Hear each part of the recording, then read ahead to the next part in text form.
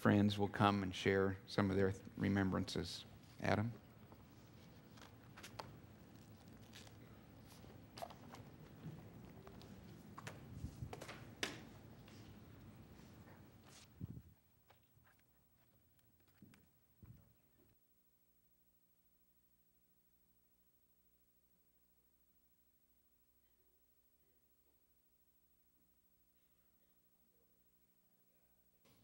Friend of Adam's, thank you. Wow, jeez. I should be used to that by now. I actually sing in his band, so.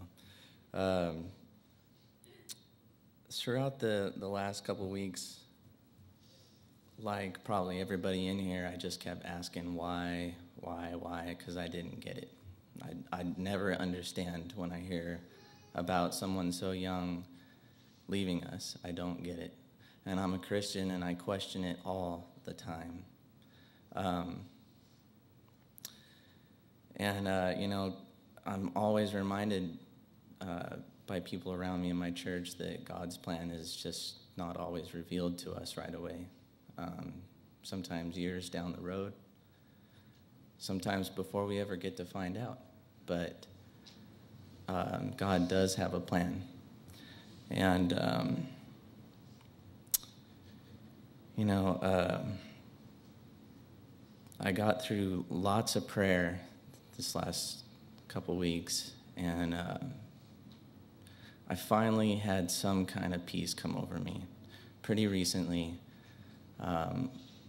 where I believe God reminded me of something that happened very close to me with Kimberly.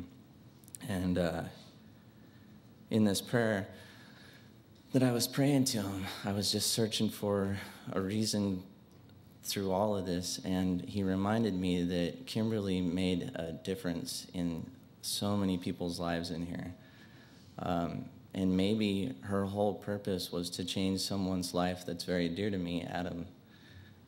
This guy was going through a point in his life where he had given up on everything.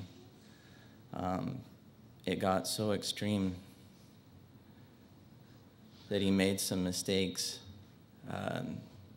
that scared the life out of us. I mean, we almost lost him one time.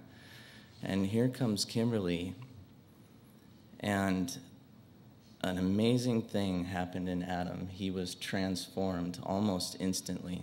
I'd never seen that in anyone.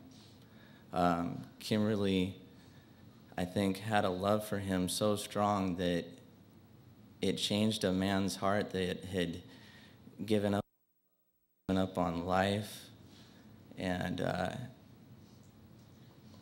maybe that's all it was. Maybe that's why she was here, because changing one person in this world that extreme, I can't think of a better way for me to live my life or anyone else in here if I could change one person in that way. So I thank God, not for what's happened, but just that she had that chance to change a dear friend of mine. Just a real quick story, and this is for my own benefit, so please forgive me for being a little selfish here, but Kimberly used to drive me crazy when I'd talk to her because she'd never look you in the eyes. And I don't know if she did that with anyone else or if it was just me, but it used to drive me nuts, and I used to give her a bad time about it, and probably more than I should have. But she would also do these long pauses when I'd be talking to her. And she'd say, hey, why don't we go to the store or something? So with all of that, me being how I am, I gave her a mission. I'm always giving people little missions that don't make any sense. It's just to appease me, my own personal whatever it is. But I gave her a mission, and that was anytime she had one of those pauses, I wanted her to say the word biscuit. And Kimberly, being how she was, she did. And it kind of just became this long, long, outdrawn joke Anytime there was a pause with any of our friends, somebody would say biscuits, and haha, it was funny. So with that, I'd just like to take a personal moment of silence for Kimberly and give her one last of those missions. So please bear with me. And biscuits. God bless.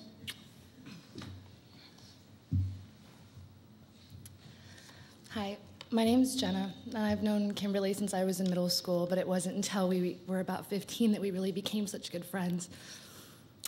Everybody knows when you're in high school, you go through things, and the best thing that all of us can ask for is having somebody or a couple of people that you can really confide in and find refuge in. And Kimberly and I, along with one other girl, Ashley, would spend the summers at my grandma's house just swimming and talking and videotaping and just looking back at, a couple months later and just laughing. And particularly one videotape came to mind when we were all splashing around in the hot tub, and we were going around kind of just complaining about things in our life. And I'm sure you can imagine at 15 they were pretty superficial, but we all took our turns, and when it was Kimberly's turn, she just kind of smiled and splashed around and didn't really have much to say. And that's something, it was so valuable to me because it really made me understand that, you can overcome it, and you don't have to complain, and you don't have to be upset all the time. And Kimberly and I actually lost touch after she got married, and I got the distinct pleasure recently of reconnecting with her after how close we had been. And I remember being afraid because I felt so guilty for not talking to her after that. And she just looked at me, and as soon as we met eyes, she just smiled. And she came up and gave me a hug, and our friendship started right off where it had left, and it was amazing. I was reading through a book of grief, and I found a poem that I wanted to share with you guys. And it's supposed to be from God to everybody. It says, "I'll lend you for a little time a child of mine," he said, "for you to love while she lives and mourn for when she's dead. It might be 6 or 7 years or 22 or 3, but will you, till I call her back, take care of her for me? She'll bring her charms to gladden you, but should her stay be brief, you'll have her precious memories, a solace for your grief. I fancied that I heard them say, 'Dear Lord, thy will be done,' and with all the joy this child will bring, the risk of grief will run. You sheltered her with lovingness and loved her while you may, and for the happiness you've known, forever grateful stay. And should the angels call for her much sooner than you've planned, just brave the bitter grief that comes and try to understand." Thank you.